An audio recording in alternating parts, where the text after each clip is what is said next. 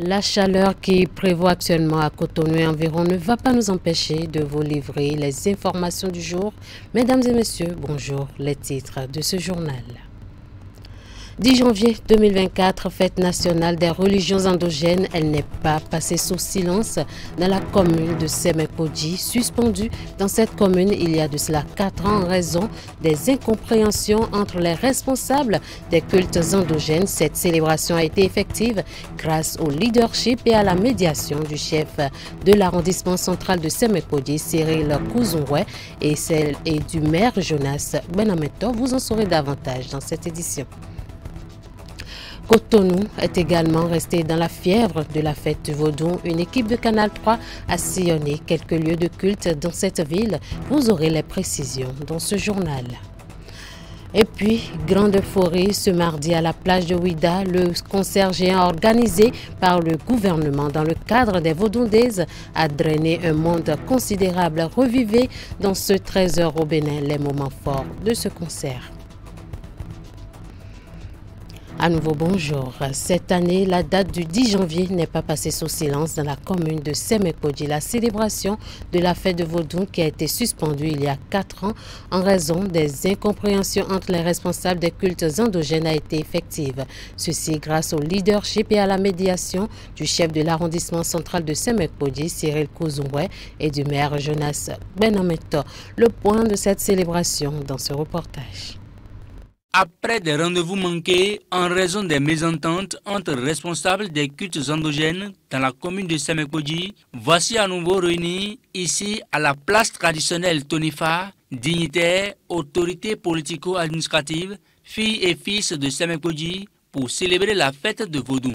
Premier acte de cette célébration, la prière et l'immolation de moutons en sacrifice aux divinités. S'en est suivi la série de parades des divinités, les pas de danse sacrée exécutés par les adeptes vaudous et le spectacle des Angbeto. Cette célébration a été voulue par le maire Jonas Benameto et le CA Cyril Kouzououé pour unir une fois pour toutes les acteurs des cultes endogènes de la commune de Semekodji. C'est pour nous une joie immense d'être témoins de ce moment très solennel et particulier grâce à l'effort consenti de notre maire Benameto Jonas et de mon implication personnelle pour la réconciliation des responsables et hauts dignitaires de culte endogène dans la commune de Semekodji. Le vaudou incarne l'amour, la tolérance, l'humanisme, le respect de la nature et vise l'épanouissement de l'homme dans toutes ses dimensions. Pour cette raison et au-delà de nos aspirations spirituelles, nous sollicitons et exhortons très humblement tous les chefs de couvent et autres adeptes, chacun à son niveau, à communier en prière pour l'avènement continu de la paix, de la concorde et du mieux-être pour tous dans la commune de Semekodji et dans notre pays, le Bénin. Le maire Jonas Benameto, pour sa part, trouve dans la pratique vaudou un outil d'aide au développement qu'il faut préserver et pérenniser. Pour cette raison, il a rassuré ses administrés de ce qu'ils sont sur le bon chemin. Chers parents, sachez que nous sommes sur la bonne ligne. Nous sommes sur la droite ligne. Sachez que nous ne sommes pas en train de nous perdre. Nous ne sommes pas en train d'aller à la dérive. Nous voulons consolider l'existant et progresser pour que nous ne soyons pas des hommes sans racines, des hommes sans source, des hommes qui ne savent pas d'où ils viennent et ne peuvent pas savoir où et comment bouger pour qu'il y ait une évolution. Cette célébration a été ponctuée de la remise d'attestation de mérite et de chargé de mission du chef suprême des Ambétor à Kiki Benan Georges, l'un des pionniers de la commémoration du 10 janvier dans la commune de Semekodji. La fête nationale des religions endogènes a également été célébrée à Cotonou et environ. Les adeptes et dignitaires vaudous de la ville n'ont pas voulu laisser passer ce jour sous silence.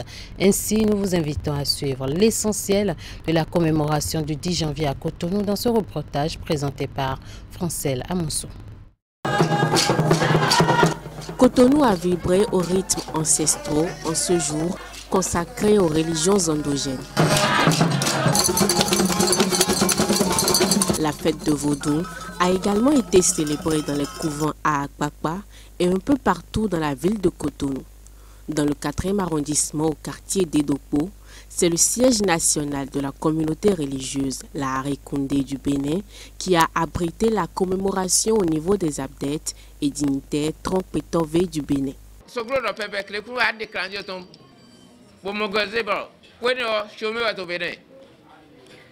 C'est Soglo qui a instauré cette fête et Kérékou a chômé la journée. Yahi a suivi et Talon est venu parfaire. Il a également valorisé nos cultures, surtout en ramenant nos trésors au bécail. Ovationnez pour Talon, s'il vous plaît.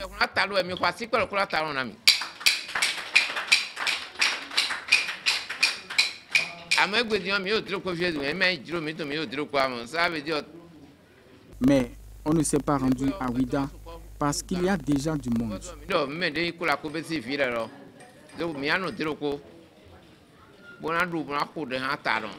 Nous avons trouvé très bon la célébration de ce jour parce que nous sentons une unité au sommet du pays. Aujourd'hui, vous ne pouvez pas venir au Bénin et faire une remarque qu'il y a une autre religion, à part si nous sommes ensemble, à moins que vous voulez vous montrer que je suis de telle région, sinon nous sommes ensemble et ça nous réjouit, c'est une joie pour nous.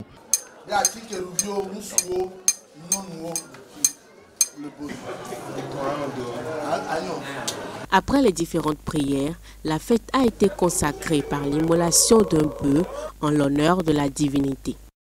Tout un ensemble d'offrandes.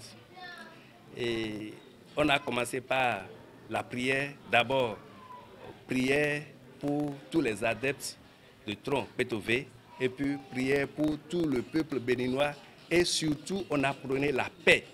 La paix, la paix et la paix seulement parce que sans la paix, rien n'existe. On célèbre le tronc aujourd'hui jusqu'à lui immoler un bœuf. Je remercie tous ceux qui sont présents. De l'autre côté de Yinawa, dans le 2e arrondissement, c'est la divinité sœur qui est célébrée. Il s'agit du Trompeto Deka à la Fia. Nous faisons une procession de foi, nous veillons, on tape, on fait une veillée de prière et d'animation aux divinités, différentes divinités. Tôt le matin, il y a prière aux défunts, aux anciens, aux devanciers. Appelé on en Hoho. Et après on leur immole un cabri et après on donne le bélier. La cérémonie de Agbohoho se fait à Trompetodeka à Lafia en présence de différents dignitaires et adeptes. Dans certaines rues, on rencontre les Égongos parés de leurs plus beaux accoutrements. Plus loin, au quartier Sainte-Cécile, dans le 6e arrondissement, les populations sont réunies autour des dignitaires pour célébrer ce 10 janvier, fête nationale des religions endogènes. La communauté béninoise a célébré ce mercredi 10 janvier 2024 le 32e anniversaire des religions endogènes, instauré par l'ancien président de la République, Dieudonné Nicéphore Dieudonné Soglo, en 1992. Cette commémoration des religions traditionnelles du pays est demeurée une tradition annuelle dans les habitudes des Béninois. À cette occasion, le roi de la commune d'Abomey-Calavi a organisé une cérémonie de commémoration à l'endroit de toute la population de la municipalité. La cérémonie s'est déroulée à Doronto, à Calavi-Kbota, dans la commune d'Abomey-Calavi. Les détails avec Candide Ourinton. La commune d'Abomey-Calavi célèbre ici sur l'esplanade de Doronto la fête annuelle des religions endogènes. Sont réunis ici les hauts dignitaires, plusieurs collectivités et autorités de la municipalité pour sacrifier à la tradition des religions traditionnelles. Venus en grand nombre à ce rendez-vous festif, les différentes collectivités ont étalé devant ce parterre d'invités les divinités de leurs collectivités respectives. Ces différentes animations de part et d'autre sur cette esplanade caractérisent ici l'ambiance festive et toute la joie des différents participants. Aujourd'hui, c'est une grande cérémonie que nous sommes en train de fêter, parce que grâce à Yao Tchè Krampé, que nous sommes là où nous sommes aujourd'hui en train de fêter là. C'est une joie pour moi de participer à cette fête. D'ailleurs, ce n'est pas la première fois parce qu'elle est instituée depuis Soglo. Nous passons par là pour rendre hommage au président Soglo qui a initié cette fête. On peut dire que ça a été une très belle fête et je peux dire toute ma fierté également pour cette célébration à laquelle nous avons assisté aujourd'hui. La célébration de nos cultes endogènes, la valorisation de nos cultures. La majorité des Béninois, c'est leur fête essentielle. Et je profite de l'occasion pour remercier le président Nicéphore Dieudonné Soglo qui a réfléchi pour trouver la fête le 10 janvier. Cette fête qui réunit le 10 janvier de chaque année, les fidèles et adeptes du culte vaudou n'est pas réservée qu'à la commémoration. C'est aussi l'occasion de renforcer les liens de fraternité entre les fidèles et adeptes des religions endogènes. Après les différentes manifestations à travers les danses et les mots des hauts dignitaires et autorités conviés à cette cérémonie, s'en est suivi la prière pour la municipalité d'Abomey-Calavi et tout le Bénin.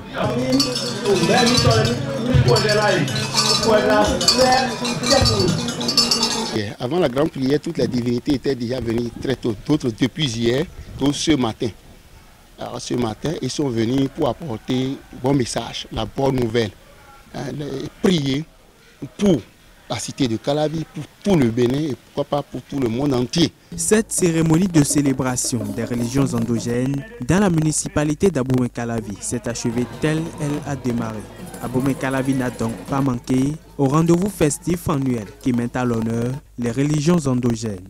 Et c'est dans l'espoir que les prières issues de cette commémoration apportent joie et bonheur à tout un chacun d'eux que les différents participants tournent les yeux vers la prochaine édition. Cette fête n'est pas seulement célébrée dans le sud du Bénin. Les populations du nord célèbrent également leur divinité à l'occasion du 10 janvier, fête nationale des religions endogènes. Suivez dans cet extrait quelques chefs traditionnels à l'occasion de la fête du vaudou. Ils sont au micro de Alassane Aouna et Abdou Sabi Idrissou.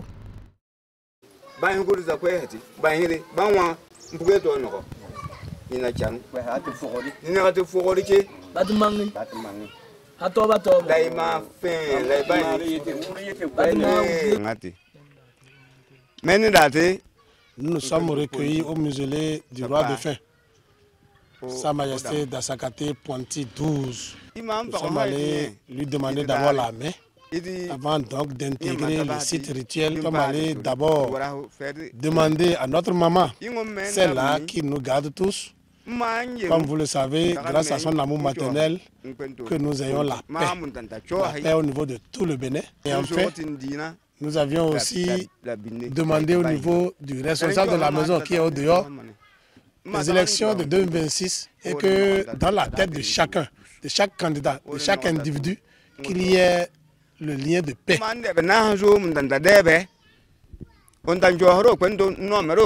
ne veux pas qu'il y ait la guerre au Bénin. Donc, je tire chapeau à M. Patrice Guillaume Athanase, Talon. Je lui tire chapeau de rester direct avec le peuple tel qu'il est en train de le faire pour avoir longue vie pour avoir de bonheur, pour que tout le monde puisse l'accompagner dans ses œuvres. C'est mes premiers souhaits qu'on a commencé par demander. Et je ne veux jamais les accidents qui se passent à Nati Tengou. J'ai commencé par travailler pour ça, pour que ça puisse s'améliorer. Ça fait des décennies d'années. Mais je vois que ça s'améliore. Donc c'est en ça. Et surtout, il ne faudrait pas que tout un chacun de nous, ce qu'on mange là, qu'on manque à ça. Et le maire, le préfet, les cadres du Nati Tengou, il faudrait qu'ils aient une seule bouche. Il ne faut pas qu'ils se discutent.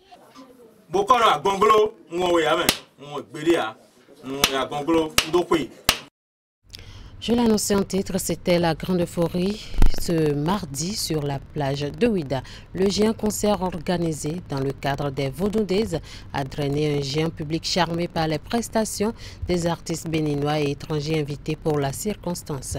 Le concert est rehaussé par la présence effective du président de la République qui a suivi tout le spectacle debout au milieu de la foule. Avec notre envoyé spécial à Ouida, nous allons revivre les temps forts de ce concert, mais aussi les coulisses et les préparatifs. Déjà à 18 h, le ministre de la Culture fait le tour de l'espace pour les derniers réglages avant le démarrage du concert. Les premiers invités s'installent pour avoir une bonne vue sur le podium. À tour de rôle, des musiciens passent pour faire la balance et vérifier la concordance de leurs instruments et la qualité de la portée de micro.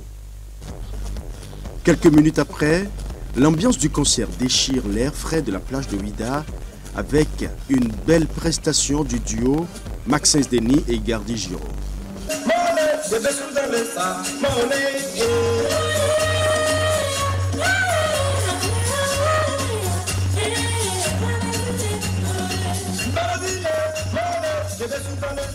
Le décor ainsi planté, plusieurs artistes se sont succédés dans une parfaite synchronie. Les braves et mystérieuses Teriba.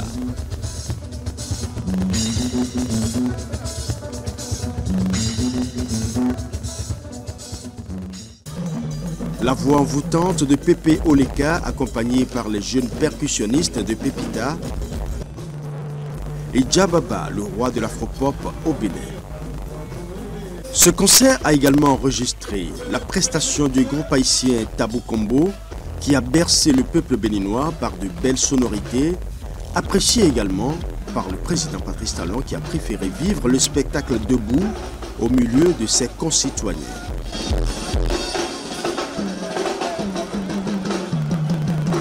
Le cap a été ensuite mis vers l'est avec Teni Ola, qui a balisé le terrain pour son aîné Yemi Alade, une véritable bête de scène qui s'est offert le plaisir de surchauffer la plage de Ouida.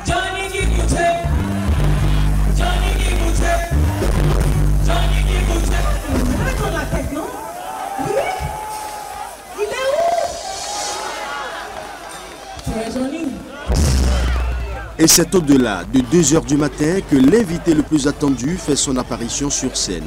Le Grand Mopao commence son spectacle par un tonnerre d'applaudissements pour les 17 victimes du concert du Stade de l'Amitié. Un drame qui reste gravé dans les mémoires. S'il vous plaît, avec moi, applaudissons les 17 professeurs qui sont là-haut. Applaudissons tout le monde.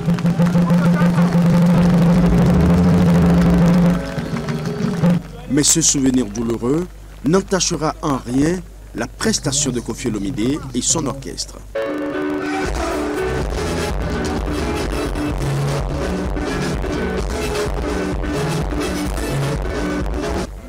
Debout au milieu de son peuple, le président Patrice Talon est resté admiratif tout au long du concert.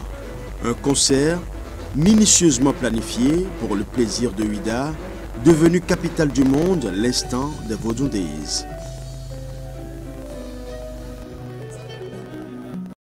C'est un spectacle inédit pour la fête du Vaudou au Bénin. Les nombreux spectateurs qui ont suivi n'ont pas manqué de féliciter le gouvernement pour cette initiative qui rassemble le Bénin et toute sa diaspora. Nous allons suivre les appréciations de quelques personnes rencontrées sur le site du concert à la plage de Ouida. Une première à Ouida, une première au Bénin. Merci à Conon, merci au président de la République. C'est ce que tout le monde a dit ici ce soir. Et ce n'est qu'un début. On souhaite que l'UIDA puisse en profiter, mais également toutes les communes environnantes et pourquoi pas jusqu'à Saint-Malo. Un message pour eux, c'est voir dans quelle mesure on peut constitutionnaliser cette fête afin que la transmission soit de génération en génération pour que nos enfants puissent savoir que nous avons une identité. Un bon concert, bien organisé je trouve. Et moi j'étais spécialement là pour voir Kofi et je ne suis pas déçue. J'ai beaucoup aimé. On remercie le PR, le président Patrice Talon pour tout ce qu'il fait pour nous. Cette fête, c'est très très très bon, on a beaucoup aimé. C'est impeccable. Jusqu'ici, moi je ne trouve aucune faute. Ça se passe très bien, c'est réglé comme une horloge. Moi je suis très content, satisfait. Vous avez eu le temps de danser et de chanter? Pardon? Vous avez eu le temps de chanter et de danser? Ah ben oui, j'ai commencé. Mais ma voix est partie. Toujours dans le cadre des Vodou Days, les membres du Conseil économique et social étaient sur certains sites culturels dédiés pour l'événement. Ils ont particulièrement apprécié les œuvres d'art exposées dans la forêt d'Arrozon, des œuvres qui mettent en exergue la nature et le panthéon vaudou. Une de nos équipes était également sur le terrain. Voici le compte rendu de Ulrich Gaba. Le Conseil économique et social à l'assaut des valeurs culturelles du Bénin. Les conseillers s'offrent une immersion dans l'univers de la culture béninoise en réponse à l'une des attributions fondamentales de l'institution. Une visite à travers les sites culturels et cultuels retenus pour les Vodou Days est bouclée par la découverte de la forêt d'Arrozon où sont exposées des œuvres d'une vingtaine d'artistes plasticiens. Nous avons visité quelques sites à Ouida et nous terminons dans la forêt d'Arrozon. La forêt d'Arrozon où il est aménagé des espaces pour les artistes plasticiens. Une vingtaine d'artistes sont exposés ici pendant cette période. C'est l'occasion pour les artistes plasticiens de montrer leur génie créateur lié à la thématique de la nature et à la thématique du vaudou. C'est pour ça que le titre de l'expo ici s'appelle Naturel. Art et naturel. Alors, nous ne pouvons qu'applaudir. Applaudir en ce sens que c'est une initiative du gouvernement soutenue par tout le monde, avec plein d'étrangers qui sont venus au Bénin, des expatriés, des Béninois de la diaspora, qui vivent la ferveur du vaudou dans la capitale culturelle qui est Ouida, et qui viennent vivre l'art contemporain des créateurs contemporains dans la forêt de Arrozon. Pour le vice-président du CES, aucune nation ne peut se développer en mettant de côté ses valeurs culturelles. Il s'agit donc pour le Conseil économique et social d'accompagner le gouvernement du Bénin dans la valorisation du vaudou, identité du peuple béninois. La culture, c'est le fondement de la société. Et il n'est pas normal qu'on puisse laisser nos cultures et nous allier à la culture des autres. Ce qui se passe actuellement, c'est une très belle innovation. Ça prouve très bien que le Bénin est collé à sa culture et je crois qu'il faut nécessairement continuer dans ce sens. Cette visite riche en découvertes et en connaissances pour les conseillers du CES survient quelques heures seulement après la tenue de la première session de l'institution au titre de l'année 2024. Les travaux de la première session extraordinaire du Conseil économique et social au titre de l'année 2024 ont été lancés ce mardi 9 janvier par le vice-président de l'institution. Cette session, qui dure 10 jours, intervient dans un contexte de deuil, non seulement pour le CES, mais aussi pour la République. En effet, le président du Conseil économique et social, Augustin Tabekbian, a tiré sa révérence le mercredi 27 décembre 2023 après une courte maladie. Ses obsèques se sont déroulées le samedi 30 décembre dans son village natal à Inan, dans la commune de Bembereke. À cette occasion, le vice-président de l'institution est revenu entre autres sur les qualités de l'homme avant d'aborder l'ordre du jour de la présente session qui prendra fin le 18 janvier prochain. Voici le compte-rendu de la cérémonie d'ouverture des travaux de cette première session extraordinaire du CES avec Wouliat Sanoussi et Monfid Sagour. La première session extraordinaire du Conseil économique et social au titre de l'année 2024 s'ouvre dans un contexte de deuil. Le CES a perdu son président Augustin Tabegbian le 27 décembre 2023. Le décès de l'homme laisse un grand vide au sein de l'institution. Occasion pour le vice-président de parler de lui pour le peu de temps passé à ses côtés. J'ai été en effet particulièrement marqué par son sens du devoir, de la mesure et son leadership extraordinaire dans la gestion des affaires du Conseil économique et social. Il s'est illustré par son humilité malgré son rang, sa combativité et sa bravoure devant les plus grandes difficultés, son optimisme quand tout semble perdu. Il est constamment tourné vers les autres, quel que soit leur statut, et a un sens élevé d'écoute. Il savait cultiver l'amour, la joie et la paix autour de lui. Nous perdons par cette douloureuse disparition un grand homme. Le Conseil économique et social amorce cette année le dernier virage de sa mandature. La présente session qui intervient en début d'année devrait être une occasion pour faire le bilan de l'année écoulée afin d'amorcer la nouvelle sous de meilleurs auspices. Mais les dispositions du règlement intérieur du CES obligent les conseillers à programmer cet exercice pour la prochaine session ordinaire lors de la présentation du rapport d'activité. Les conseillers ont adhéré sans réserve aux initiatives entreprises cette année, malgré les innombrables difficultés rencontrées. Je voudrais citer entre autres l'organisation réussie de l'Assemblée générale de l'UCESIF, tenue à l'hôtel Novotel de Cotonou, et l'étude du projet du budget général de l'État gestion 2024. Chers collègues, les travaux de la présente session seront consacrés au démarrage de l'étude de nouveaux sujets d'autosaisine et l'adoption du procès verbal des séances plénières de la 8e session extraordinaire du Conseil économique et social pour le compte de l'année 2023. La cérémonie de présentation de vœux au sein de notre institution viendra boucler la liste des activités à mener au cours de cette session. Une cérémonie officielle d'hommage sera organisée à l'intention du président défunt courant fin janvier 2024. Ainsi, tous ceux qui n'ont pas pu se rendre à l'enterrement pourront saisir cette opportunité pour honorer sa mémoire. Par ailleurs, ces assises qui prennent fin le 18 janvier prochain démarrent également au moment où le Bénin célèbre les religions endogènes à travers la première édition des Vodou Days. Des arts oratoires, plastiques et musicaux pour promouvoir les valeurs démocratiques et de bonne gouvernance au Bénin, l'Association des jeunes dynamiques du Bénin, AJDB, en fait son cheval de bataille à l'Université de Parakou grâce au soutien financier du Canada. Ceci à travers les renforcements de capacité des étudiants et professionnels des médias de ce haut lieu de savoir. L'organisation non gouvernementale a même organisé un concours dans ce sens et dont les lauréats sont primés lundi dernier lors d'une cérémonie qui a eu pour cadre l'amphi Solidarité de l'Université de Parakou. Cérémonie présidée par le recteur Bertrand Sobo-Siboko avec la présence effective de l'ambassadrice du Canada près le Bénin, les responsables d'associations estudiantines ainsi que de nombreux étudiants. Reportage Jacques Degbé et Socrate Dantodé. Ce sont au total 30 responsables d'étudiants et 15 professionnels des médias, des organes de presse de l'UPE qui sont formés sur des thématiques variées ayant trait au maintien d'un climat pacifique et prospère dans le milieu universitaire et social.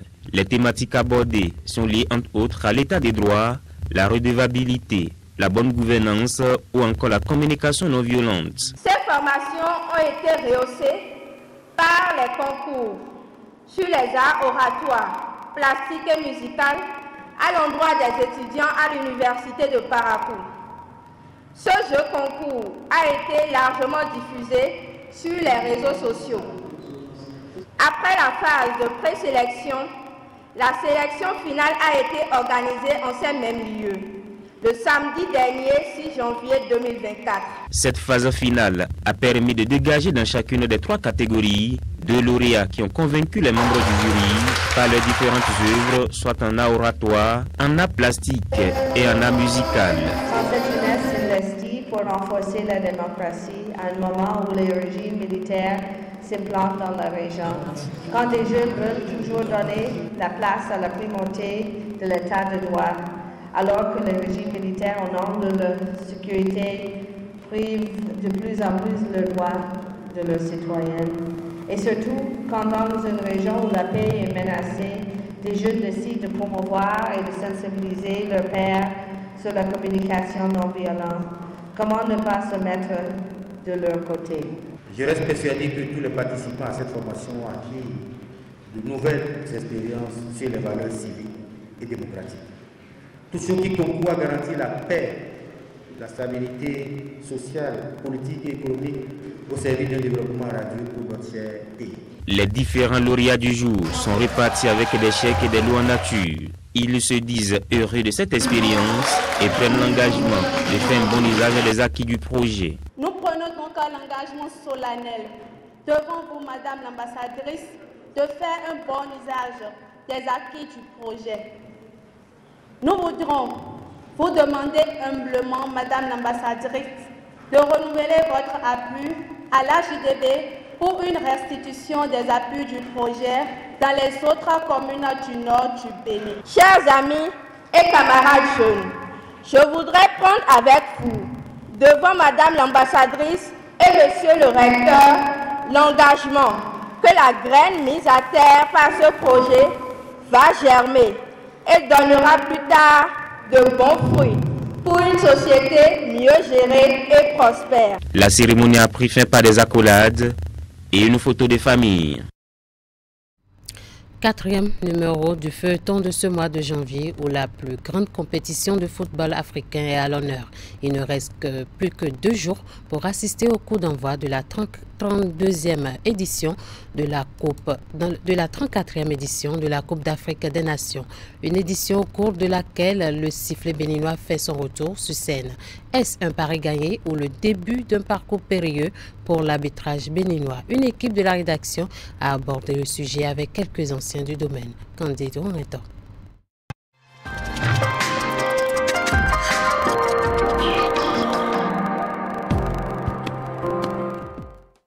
Après 13 ans d'absence à une phase finale de la Coupe d'Afrique des Nations, le sifflet béninois fait son retour à cette prestigieuse compétition du continent africain. 2 arbitres béninois figurent sur la liste des officiels retenus par la commission des arbitres de la CAF. Il s'agit de l'arbitre central FIFA, Louis Rouyandandé, et l'arbitre assistant, Eric Aïmavor, qui seront les premiers arbitres béninois qui prendront part à la phase finale d'une CAN à 24 nations. Être sélectionné pour cette compétition est une fierté d'abord pour ces arbitres-là, et au-delà de ça, c'est une fierté nationale. Donc on doit s'en réjouir. C'est vrai qu'on n'a pas eu la chance d'avoir ces derniers temps des arbitres à ce niveau-là. Donc d'avoir 2 arbitres pour cette CAN, c'est une fierté nationale, une fierté pour l'arbitrage béninois. C'est une joie de constater que nous sommes de retour. Et j'espère que ce retour sera une fois pour de bon. Si les 2 arbitres béninois sont aujourd'hui reconnus, qualifiés pour participer à la CAN 2023 en Côte d'Ivoire, ce n'est certainement pas anodin. Nul ne peut douter que c'est le fruit d'un parcours ambitieux, des efforts qui ne passent pas inaperçus, ce qui aura non seulement un impact positif sur l'arbitrage béninois, mais servira aussi de source d'inspiration aux plus jeunes promotions. Alors ça va booster un peu plus l'arbitrage béninois. Vous savez que depuis que la retraite de Bonaventure Kofi Kodja, nous n'avons plus des arbitres à ce niveau-là. Donc que de voir ces 2 arbitres à ce niveau de la compétition et à ce niveau dans l'arbitrage africain, ça doit booster les autres et qu'elle doit leur dire, vous allez continuer par travailler. Un jour, vous serez à cette place-là aussi. Leur présence va renforcer les jeunes qui continuent de s'adonner à cette activité, de subir les atoyome et anoyome pratiquement tous les week-ends, de souffrir sur le plan physique parce que des fois il faut aller s'entraîner à midi, sous le chaud soleil, il faut aller s'entraîner à 14 h sous le chaud soleil. Le public sportif n'est pas au courant de ces difficultés. Et donc, ils seront fiers de ce que, à un de ces jours, eux aussi, ils pourront se retrouver à ce niveau continental, à ce grand rendez-vous. L'arbitre central FIFA Louis Rouyandandé et l'arbitre assistant Eric Aïmanvor feront leur baptême du feu à la phase finale de la CAN à travers les matchs du premier tour. Cependant, leur progression au fil des étapes de la compétition va dépendre de leurs différentes prestations. Il faut que leurs prestations soient meilleures et que tant que leurs prestations sont meilleures, la CAF continuera par le faire. Je ne dois pas leur donner leur chance et ils vont continuer par arbitrer. C'est une compétition majeure sur notre continent et il y a pratiquement tous les responsables de l'arbitrage à ce grand rendez-vous.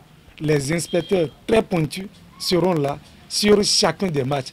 Les notes seront attribuées en fonction de vos prestations. Il y a même des gens qui ne franchissent pas la première étape. Tout juste après la phase des poules, on remercie certains. À ces représentants du sifflet béninois pour cette édition de la Coupe d'Afrique des Nations, les anciens du domaine conseillent de se faire plaisir et surtout de veiller au respect des règles du métier pour mieux s'en sortir. D'ailleurs, plus qu'une réussite individuelle, c'est désormais une mission républicaine pour ces arbitres béninois. Et à défaut des guépards, toute la nation se dresse derrière eux.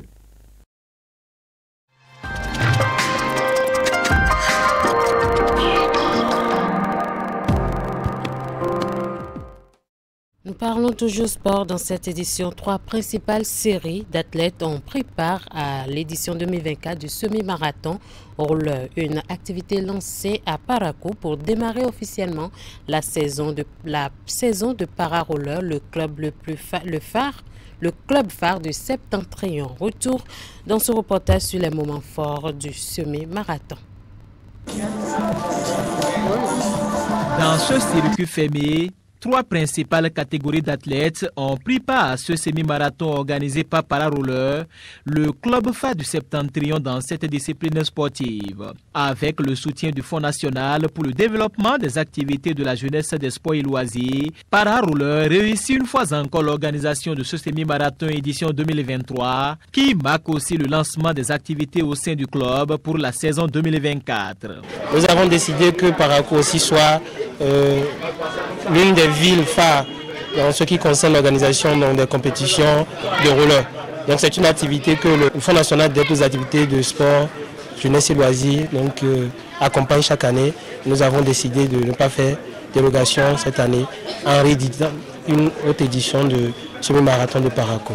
Bon, la touche particulière de cet événement, c'est que nous avons voulu profiter de ce semi-marathon et relancer d'autres disciplines de roller, notamment le freestyle et le skateboard, qui est devenu aujourd'hui la discipline olympique à côté du freestyle qui est tout le temps oublié. Nous avons décidé donc d'associer cette discipline-là pour montrer donc au public de Parakou en particulier que ce n'est pas que la course que nous avons fait à la Fédération béninoise de roller sport et notamment au sein de Pararoller. Au terme des différentes épreuves, Fredel Djomake, Mofida Tamidou Touré et Abdoulaye Soumanou remportent la médaille d'or grâce à leur performance dans leurs différentes catégories. Je suis très content parce que c'est pour ma première fois que je prends la première place dans une compétition. Et c'est pour ma première fois aussi que j'obtiens une médaille en or lors d'une compétition. Je suis trop donné. J'ai travaillé dur grâce aux travaux acharnés. C'est le fruit de mon travail aujourd'hui. J'aimerais être le champion national, ensuite le champion d'Afrique et aussi le champion du monde. Je suis très contente puisque c'est pour ma première fois que je participe à une compétition. J'étais un peu stressée, mais avec un peu d'effort, j'ai eu à faire. Que ce soit en saut ou en slalom speed ou dans les autres exercices, les performances des athlètes, surtout celles des plus jeunes au comblé, les attentes des responsables du club. Oui, on a vraiment été étonné par la performance, surtout les plus jeunes. En attendant l'édition 2024 de ce semi-marathon, qui s'annonce plus innovante, les athlètes de para-roller de Parakou démarrent ainsi la saison 2024 sous de bons auspices. Ainsi s'achève cette édition. Merci de nous avoir suivis. Restez avec nous pour la suite des programmes sur Canal 3 Bénin.